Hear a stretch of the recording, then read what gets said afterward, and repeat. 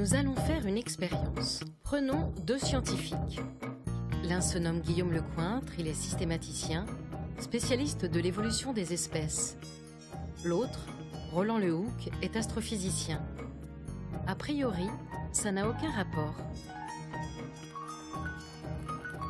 Plaçons-les face à face, ou presque. De quoi vont-ils bien pouvoir parler ?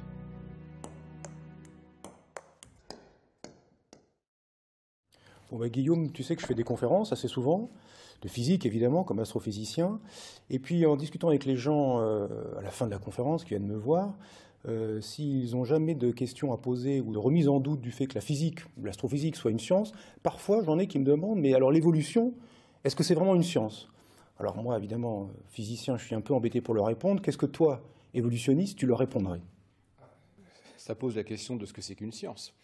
L'objectif de la science, le socle commun à toutes les sciences, leur objectif, eh bien, c'est d'expliquer rationnellement le monde réel, le monde matériel qui est là devant nous, son histoire, et puis pas l'expliquer seulement tout seul dans son coin, l'expliquer avec une communauté scientifique auprès de laquelle on valide des résultats. Donc la validation des résultats scientifiques, elle est collective et c'est important, un travail donc rationnel et collectif d'explication du monde réel. Et s'agissant de l'évolution, le monde réel, qu'est-ce que c'est ? C'est le monde de la biologie, ce sont les êtres vivants, c'est le monde de l'homme, l'anthropologie, et puis c'est le monde des fossiles aussi, c'est la paléontologie. Et donc l'évolution, c'est le cadre général de compréhension de l'ensemble de ces sciences. En astrophysique, par exemple, ou en physique en général, on essaie évidemment de rendre compte du réel, des expériences, des observations qui sont menées, et en même temps, on va bâtir des modèles, des calculs, des modèles théoriques, des équations, disons, pour dire dans le langage courant, et on essaie de prédire des phénomènes aussi. Il y a l'idée qu'on va pouvoir prédire des choses, et en allant vérifier si ces choses se produisent ou pas, on va d'une certaine façon valider ou invalider la théorie. Donc il y a l'idée aussi en physique qu'on va pouvoir prédire quelque chose et aller vérifier si ça se passe dans la réalité.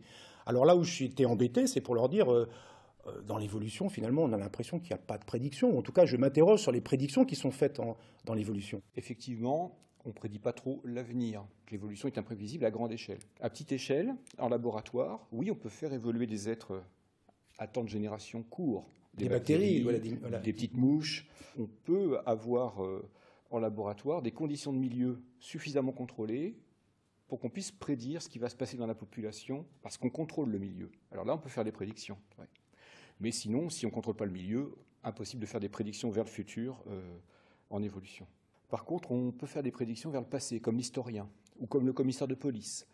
On peut monter le portrait robot d'un ancêtre, et puis de temps en temps, avec un peu de chance, dans les fossiles, on trouve quelque chose qui ressemble fort à cet ancêtre. Et donc ça veut dire qu'effectivement, notre reconstitution de l'histoire évolutive, elle a un caractère prédictif. Elle est tombée juste, finalement. Elle est tombée juste. Ouais. L'évolution, ça pourrait apparaître comme la science qui gère les hasards du vivant et les hasards de l'environnement. On ne s'imagine pas qu'il y a des sources de hasard dans notre propre corps, et pourtant c'est le cas. L'environnement, c'est aussi du hasard, on ne sait pas toujours ce qui va se passer. D'ailleurs, souvent, la plupart du temps, on ne sait pas ce qui va se passer dans l'environnement à certaines échelles de temps. Et donc l'évolution, c'est du hasard dedans, c'est du hasard dehors. On a du mal à faire penser cette idée qu'on peut faire de la science avec du hasard. Alors j'imagine qu'on ne doit pas être les seuls. En physique, il y a aussi cet aspect de maîtrise du hasard, d'une certaine façon. Il y a un certain nombre d'équations dont on a l'impression que parce que ce sont des équations, on va pouvoir calculer ce qui va se passer dans 10 minutes, dans 10 ans, dans 100 ans, dans 1000 ans, avec une très grande précision. Alors en réalité, il y a des tas de situations, que ce soit en météorologie, en mécanique céleste, le mouvement des planètes, où les équations en question sont ce qu'on appelle sensibles aux conditions initiales. Une petite perturbation initiale va se retrouver amplifiée, d'autant plus qu'on laisse passer le temps qu'on examine la solution des temps longs. Si on est capable de calculer le temps qu'il fera demain, on a les plus grandes peines à dire le temps qu'il fera dans exactement un an. Si on est capable de dire où sera la Terre et où seront les planètes du système solaire dans un an, on est tout à fait incapable de dire où elles seront dans 4 ou 5 milliards d'années. Finalement, cette affaire de hasard, la science physique la domine d'une certaine façon, la gère.